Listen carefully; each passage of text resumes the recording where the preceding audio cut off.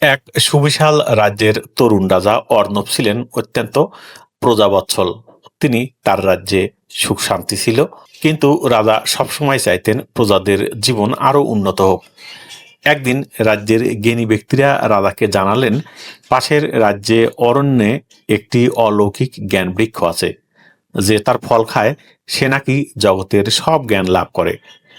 রাজা অর্ণব ভাবলেন, যদি তিনি সেই ফল পান তবে তার রাজ্য আরো সমৃদ্ধ হবে, প্রজারাও আরো সুখে থাকবে। তিনি তৎক্ষণাৎ তার সবচেয়ে দ্রুতগামী ঘোড়সওয়ার সেনাপতিকে ডাকলেন এবং বললেন, সেনাপতি, তুমি আমার সবচেয়ে সাহসী যোদ্ধা, এখনই যাও সেই জ্ঞান বৃক্ষ খুঁজে তার ফল নিয়ে আসো। সেনাপতি ঘোড়া ছুটিয়ে অরণ্যের দিকে রওনা দিলেন।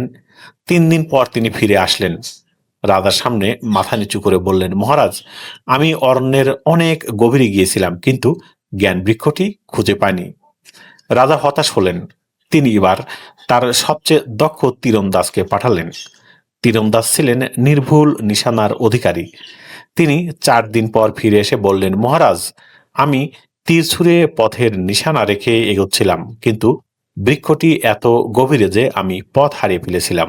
রাজা অর্ণব এবার আরো চিন্তিত হলেন। তিনি একে একে তার রাজ্যের সেরা সেরা সৈনিক, সেরা শিকারী, এমনকি সেরা কবিকেও পাঠালেন। প্রত্যেকেই অরণ্যের গভীরতায় পথ হারিয়ে বিভ্রান্ত হয়ে ফিরে আসলেন।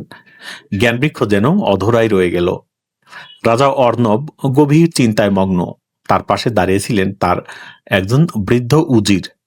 উজির সব দেখে নীরবে মৃদু হাসছিলেন। রাজা উজিরের দিকে তাকিয়ে বললেন, উজির সাহেব, আমার রাজ্যের শ্রেষ্ঠ মানুষরাও ব্যর্থ, আর আপনি হাসছেন? উজির তখন বিনীতভাবে বললেন, মহারাজ, হাসছি এই ভেবে যে আপনি এখনো সঠিক ব্যক্তিকে খুঁজছেন না। রাজা অবাক হয়ে বললেন, আমার সেরা সৈনিক, সেরা শিকারী, তীরন্দাজ সবাই তো ব্যর্থ, তাহলে কে পারবে? উজির বললেন, মহারাজ, অরণ্যের গভীরতাকে কে সবচেয়ে ভালো চেনে? কে জানে কোথায় নতুন পথ খুলতে পারে, কোথায় বিপদ লুকিয়ে আছে, আর কোন দিকে গেলেই বা আলোর ঝলক দেখা পাওয়া যায়। রাজা অর্ণব কিছুক্ষণ ভাবলেন, তারপর হঠাৎ তার মনে পড়ল। তিনি তৎক্ষণাৎ এক সাধারণ লোককে ডেকে পাঠালেন। তিনি ছিলেন গ্রামের একজন দরিদ্র কাঠুরে, যার সারা জীবন কেটেছিল সেই অরণ্যের কাঠ সংগ্রহ করে।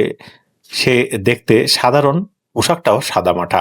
রাজা কাঠুরেকে বললেন, ওহে কাঠুরে, তুমি কি এই অরণ্যের জ্ঞান বৃক্ষটি খুঁজে বের করতে পারবে?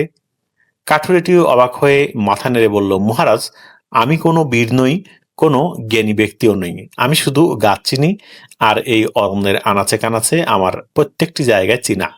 রাজা বললেন, তাহলে যাও, চেষ্টা করো। কাঠুরেটি পরের দিন ভোরে তার সাধারণ কুড়াল আর জল নিয়ে অরণ্যে প্রবেশ করলেন। তার কোনো দ্রুত ঘোড়া ছিল না, ছিল না কোনো ধনুক, এবং ছিল না কোনো রাজকীয় পোশাকও। তার ছিল শুধু বছরের পর বছর ধরে অরণ্যের সাথে গড়ে ওঠা গভীর সম্পর্ক এবং প্রতিটি গাছের প্রতি তার শ্রদ্ধা। সে জানত কোন পথে গেলে কম বাধা, কোন পথে গেলে দ্রুত পৌঁছানো যায়। 2 দিন পরে কাঠুরিটি ফিরে আসলেন।